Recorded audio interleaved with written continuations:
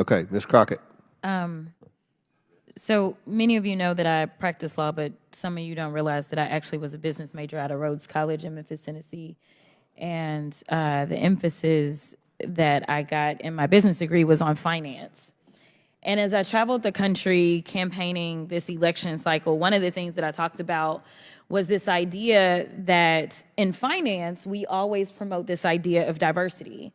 If you know anything about a portfolio, the one thing that you want to do is make sure that it's as diverse as possible, because at times certain stocks will perform better than others, and they will exemplify various strengths and weaknesses. And together, a diverse portfolio is usually what any good finance person would promote. They wouldn't promote that you solely invest in vanilla wafers, believing that that is going to be the strongest portfolio, but instead they may want to add some chocolate cake and some Twinkies into the mix to make sure that we have the best portfolio, because there will be different preferences by different people, and again, there will be different strengths. But as I sit here and I think about what we say and what I'm hearing as it relates to diversity when it comes to anything outside of making money, and to be clear, we are losing GDP every time we try to push back on this idea of diversity, because all of us bring something different to the table.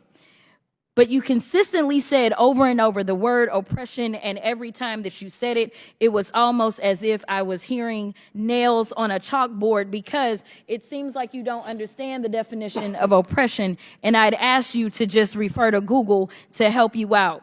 Oppression is the prolonged, cruel, or unjust treatment or control. That is the definition of oppression. And so as I sit here as a black woman who practiced civil rights, let me tell you, the reason that my colleagues wanted to make sure you understood the same black history that your side of the aisle wants to delete out of classrooms is because you can then misuse words like oppression. There has been no oppression for the white man in this country. You tell me which white men were dragged out of their homes. You tell me which one of them got dragged all the way across an ocean and told that you are going to go and work. We are going to steal your wives. We are going to rape your wives. That didn't happen. That is oppression. We didn't ask to be here. We're not the same migrants that y'all constantly come up against. We didn't run away from home. We were stolen.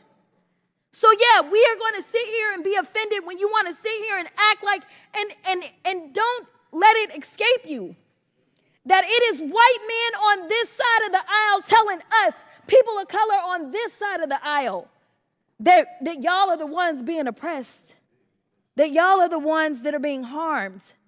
That's not the definition of oppression. You tell me the prolonged, cruel, or unjust treatment that you've had, and we can have a conversation. You can start with Exodus. The final thing that I will say on this particular issue, two things. There is an article from The Guardian, and it is a little old. It's from 2021, so I apologize. But it said that back then, just 3 years ago, white men represent 30% of the population, but 62% of office holders. These are the issues that we are constantly looking at and recognizing and trying to say, is this just? I can't even tell you how many white men have served in this chamber, but I can tell you that I am only the 55th black woman to be elected to Congress. And so when you want to talk about history and pretend as if it was so long ago, it wasn't. Because again, I am just number 55. Finally, when we start to talk about what do these numbers do, as we're trying to say the diversity, equity, and inclusion is the problem, the reality is that when it comes to financial performance, companies with more diverse workforces are more likely to outperform their competitors. Companies in the top quartile for racial diversity are 35% more likely to outperform their peers on profitability. Companies with diverse executive teams are 25% more likely to generate greater profits. Diverse companies earn 2.5 times higher cash flow per employee. Diversity works.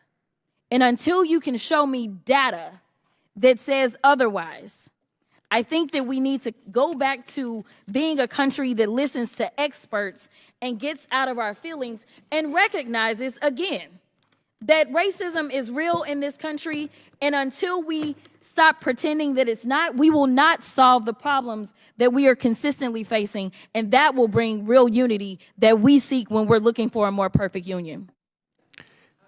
Does any other member seek recognition? Seeing not. Or do you, okay. Seeing not. What are we doing? For what purpose does the ranking member seek recognition? I have an amendment at the desk, Mr. Chairman. Reserve a point of order. State your point. I'll reserve a point of order. Okay, yes. The clerk will distribute the amendment to all members. The committee will suspend while we distribute the amendment. How many amendments do you all have? Is this it? I think there might be 5 or 6. Okay. Like 5.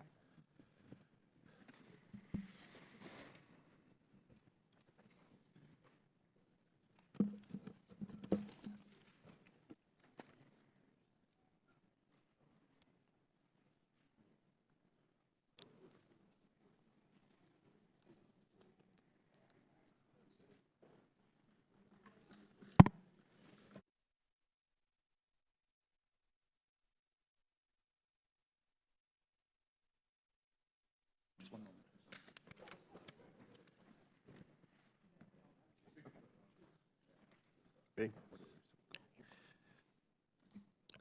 The clerk will designate the amendment.